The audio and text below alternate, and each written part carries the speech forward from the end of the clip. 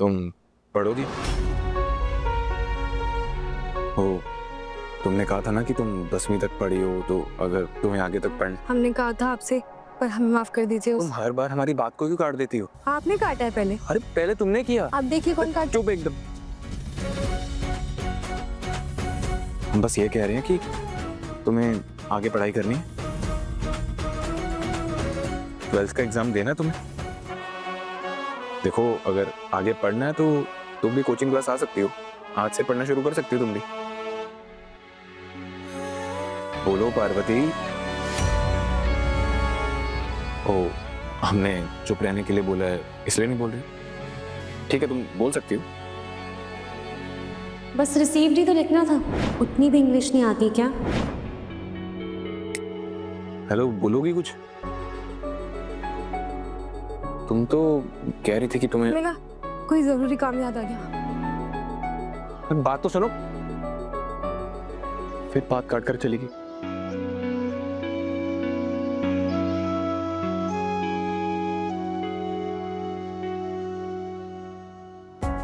तुम पढ़ोगी? पहली बार किसी ने हमारे लिए सोचा।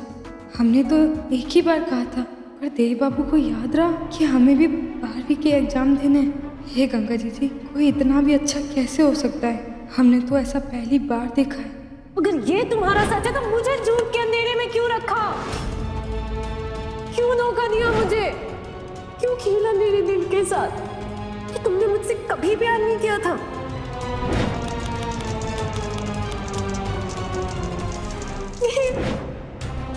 पर हमें उनकी जिंदगी में होने का कोई हक नहीं है। उन्हें सच नहीं पता है, इसीलिए वो हमारे बारे में सोच रहे हैं।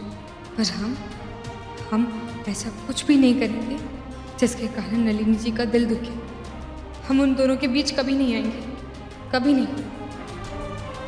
पर थैंक यू देव बाबू, इतना अच्छा होने के लिए।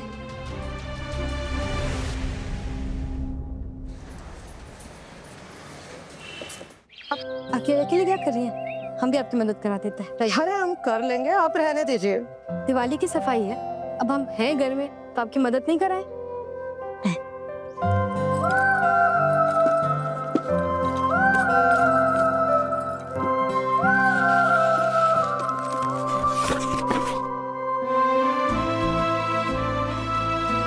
काकी, ये सब? अरे ये सब काम का नहीं है। ये सब पढ़ाई का सामान है और आप कह रहे हो कि काम का नहीं है? नहीं, कॉपियां हैं, किताबें हैं, और ऐसे जैसे अभी तक किसी ने हाथ भी ना लगाया हो, और आप कह रहे हो कि काम का नहीं है? वो क्या है ना कि हर साल गुरु पूर्णिमा के दिन बड़ी मालकिन ये सब बच्चों में बांटती है। जो बच जाता है इस बॉक्स में बंद करके रख दिया जाता है और फिर बाद में भूल जाते हैं। और वैसे भी इन सामानों की इस घर में किसी को अब जरूरत नहीं है। इस घर में जरूरत नहीं है तो क्या हुआ? देव बाबू की कोचिंग क्लास में तो है ना, वहाँ पे भी हमारे जैसे बहुत, हमारा मतलब है कि पढ़ने के लिए बच्चे आते हैं ना, उनके तो काम आ सकते हैं, है कि नहीं? सोच तो बहुत अच्छी है भौरानी, लेकिन कुछ भी करने से पहले बड़ी मालकिन की अनुमति जरूर ले लेना, वरना गुस्सा करेंगी। हाँ, पूछ लेंगे, मना थोड़ी करेंगी, किसी की मदद ही हो रही है।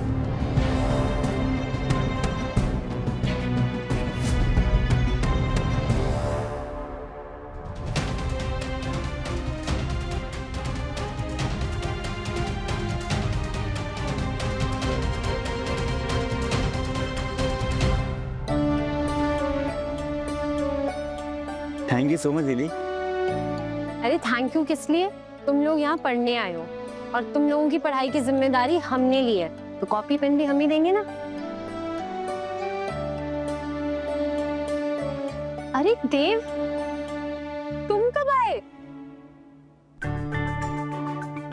Good morning. Good morning sir. तुम इतना मुस्कुरा क्यों रहे हो? नलिनी, तुमने बहुत अच्छा काम किया, इन सबको बुक्स और पेन बांट कर। बाय द वे, तुम्हें आइडियाज आते कहाँ से? आइडिया तो उस लड़की का था, बट काम मेरे आए। बस आ जाते हैं। Anyway, you take over the class. तो चलो, आज हम अपनी पहली क्लास शुरू करते हैं। तो क्लास शुरू करने से पहले हम अपनी तरफ से और आप सभी की तरफ से नलिनी जी को थैंक्स कहेंगे कि आप ये क्लासेस अटेंड कर पा रहे हैं और साथ साथ एग्जाम भी दे पा रहे हैं। सो अब कोई भी ये सुनहरा मौका अपने हाथ से जाने मत देना। तालीम यानी कि शिक्षा बहुत जरूरी है। हम जानते हैं आप सभी की पूरी जिंदगी बहुत कठिन रही और इसलिए आप अपनी पढ़ाई पूरी नहीं कर पाए, लेकिन अब पीछे मुड़कर नहीं देखना है।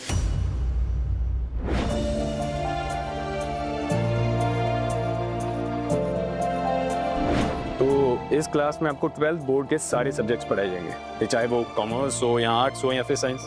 शिक्षा आप सभी का एक जन्मसिद्ध अधिकार है और यही मौका है उस अधिकार को पाने का। तो अगर आप लोग मन लगाकर पढ़ाई करोगे तो आप लोगों के सारे सपने भी पूरे होंगे। अभी तो हमें 12वीं पास करनी है, वो भी अव्वल नंबर से। और फिर मास्टर जी ने पता है क्या कहा है कि हम ना 12वीं पास कर लेंगे तो हमारी बाबू की तरह एक नौकरी लग जाएगी।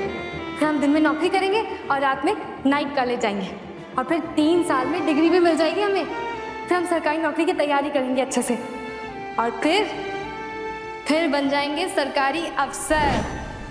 तो आज का पहला टॉपिक है स्पीड एंड वेलोसिटी।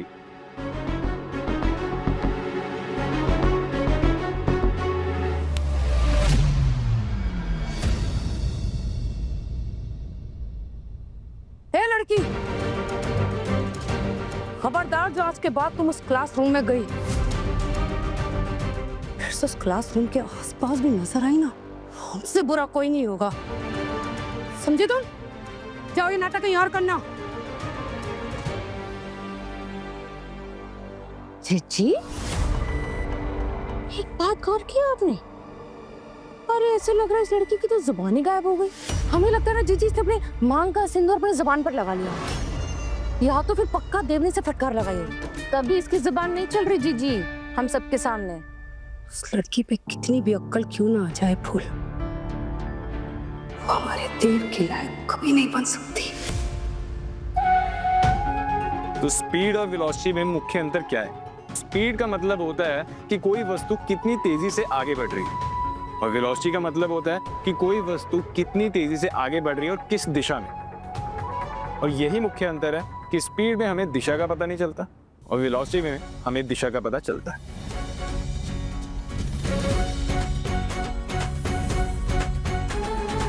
चाल एक अदिश राशि है यानी कि स्केलर क्वांटिटी, जिसमें केवल परिमाण होता है, जबकि वेग एक सदिश राशि है यानी कि वेक्टर क्वांटिटी, जिसमें परिमाण और दिशा दोनों शामिल होते हैं। किसी ने सही कहा है गंगा जी, जहाँ चाह वहाँ राह। आज हमने स्पीड और वेलोसिटी के बारे में पढ़ा। सो अब किसी को कुछ समझ ना आया हो तो वो अपना हाथ खड़ा करे।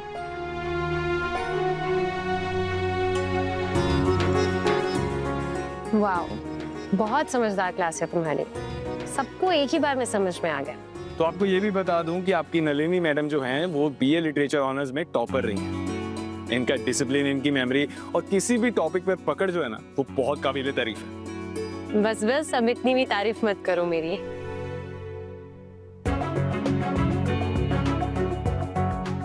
ये दोनों कितने पढ़े लिखे हैं। असली जोड़ी तो इन दोनों की होनी चाहिए थी।